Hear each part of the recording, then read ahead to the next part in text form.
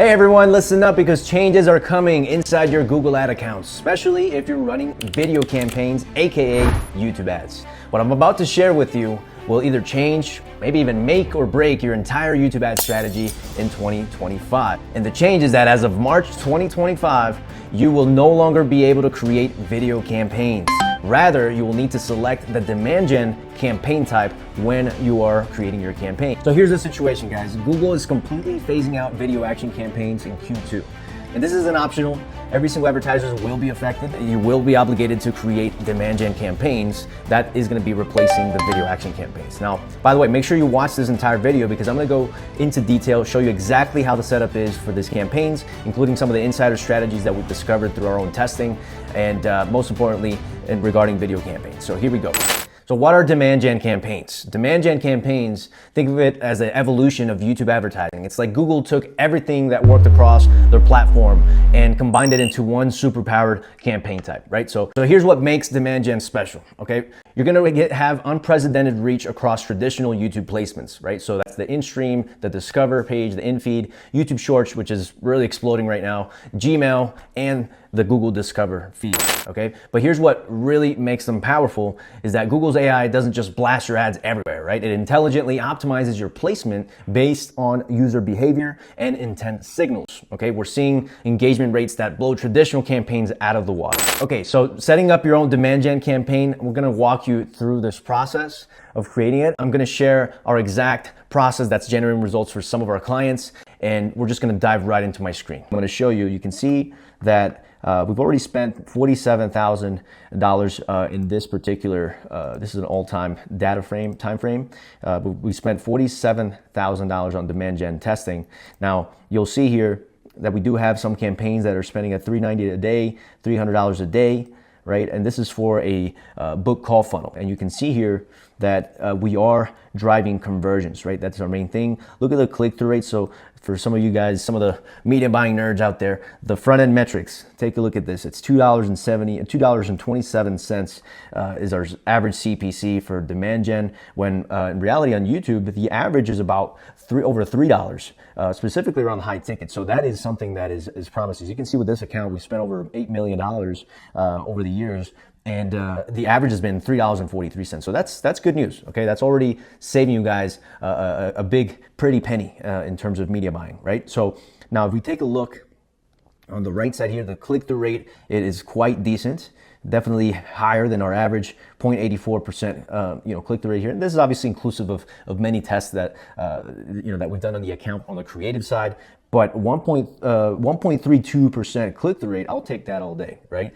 It can be better for sure, but look at this, at 1.61%. Now, on the right side, the most important thing is that we're measuring is book call conversion. So this is for it's a webinar, it's a gated webinar or free training that goes to a book call process, right? It does have some questionnaire, but a little bit of a filtering system, pre-framing, asking individuals a few questions before they can actually book a call. Our goal is to get calls for less than $400, $350, something like that. And we're pretty much, hitting out of the water here. $273 cost per call, right? So that's over 170 conversions verified. And again, these are demand gen campaigns. So, I'm going to show you one of the campaigns here just so we can go into the settings portion of it, right? So we're going to pull the curtain back a little bit.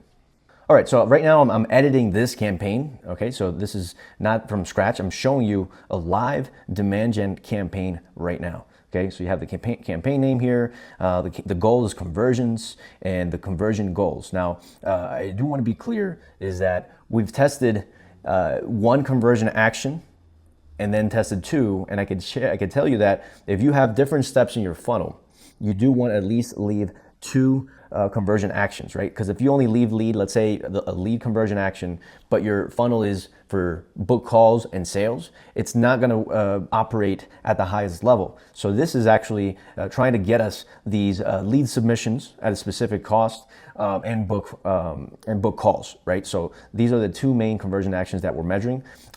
If you can do one, right? If you only have one conversion action to worry about, then just do that one conversion action. And then here you can see that we don't have a CPA. There's no bid set here. That's our budget.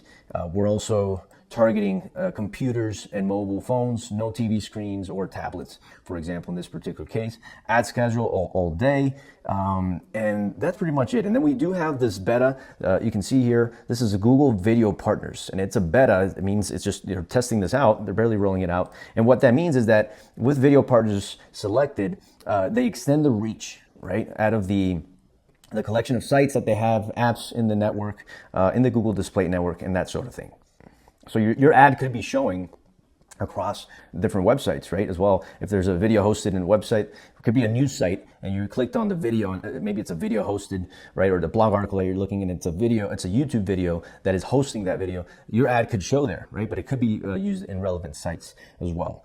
Now, that's on the campaign level. If we look at on the ad group level, this is where you select the audiences, right? So this particular audience, again, this is for a high ticket offer. One of the advantages or benefits of a demand gen campaign is that you can combine audiences, using the audience creation segment, you can combine different audiences. So it could be top of funnel, middle of funnel, or basically a combination of, right? So in this particular case, we go deep into the audience level, and you can see that I have a custom segment selected here that was created from before. People are looking for a multifamily, and then we have your data, right? So this is some of the recommended and best practices is using your own data plus the custom segment, right? So it does give a little bit of a hybrid middle of the funnel approach to this campaign, and that's why it makes it work so well. Because if you have, let's say, an audience, right, that's in your customer list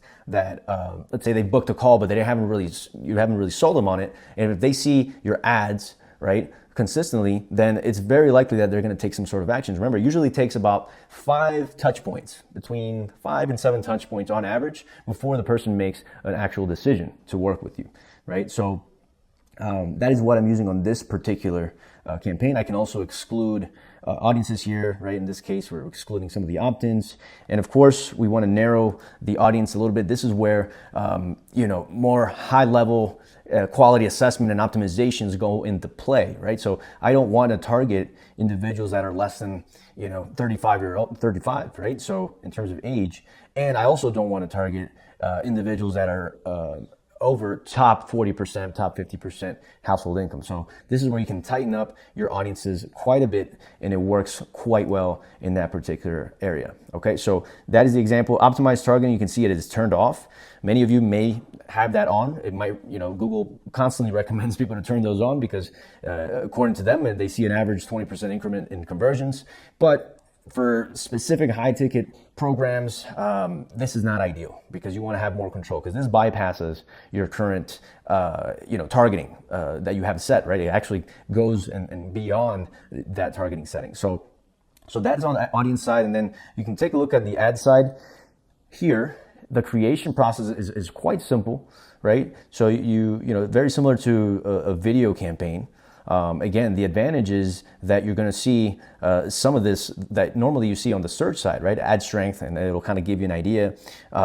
You will see the placements that it'll show you in the preview, right? We're kind of used to seeing these on the YouTube Short side, the Discover, right? Gmail display, and how that shows up, correct? Here you're able to put in multiple headlines, right? So it's very similar as to what you were creating on the video action campaign, but in my opinion, this is a lot easier to replicate and actually create on the demand gen side, right? You can even add side links in here. There's a UTM tracking, UTM parameter tracking template. So you can see it's very simple. You just upload the ad here, the same thing. You just basically copy and paste the ad in here. One good thing is that, or a good tool that you could use is you can create an actual video. Right? You can actually create a video using their templates. I haven't really used these tools before, but that is a possibility as well. I'm not sure if Google gives any points for them to use, their current templates. But anyway, you can choose from your own library that you're, from all the ads that you've uploaded. So that part does not change. You want to make sure that the ads are unlisted as well, and you continue with the ad creation process. You can add the logo in here. So. It's taking a little bit of the responsive search ad methods, right, if you will, and setup. So it also gives you some AI recommendations here and there, call to action, the display. So that's pretty much it, guys. And then, you know, you obviously reviewed the campaign. It'll kind of give you'll see some insights here.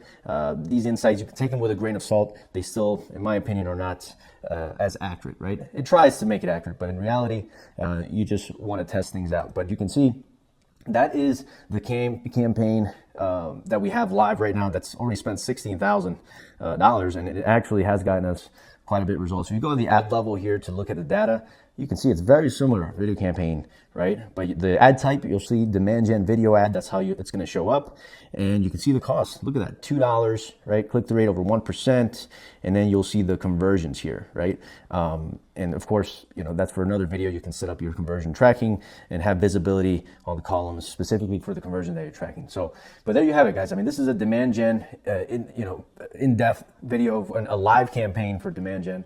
You know, here's what I want you to do right now. Okay, drop a comment below saying demand gen, and my team will send you a link to book a strategy session where we'll actually cover your campaigns. We'll audit your account, your current video campaigns, and we'll actually create a custom migration plan for you and share our proven demand gen playbook if you have any questions. Okay, if you found this valuable, make sure to hit that subscribe button and notification, and we'll keep you updated. Okay, with the latest YouTube ad strategies. This is Andres from Links Digital, and I'll see you on the next video.